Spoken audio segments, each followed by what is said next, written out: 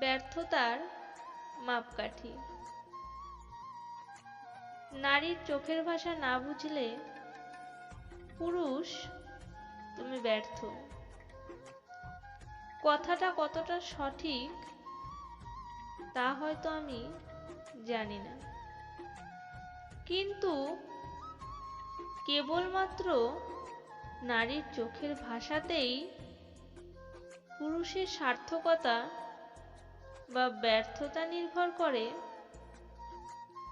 এমনটা হয়তো নয়। ভালোবাসার ক্ষেত্রে নারী ও পুরুষ দুজনেই দুজনের চোখের ভাষা না বুঝলে দুজনের ব্যর্থতা কতটা তা জানি না, তবে সম্পর্কটা অবশ্যই ব্যর্থ।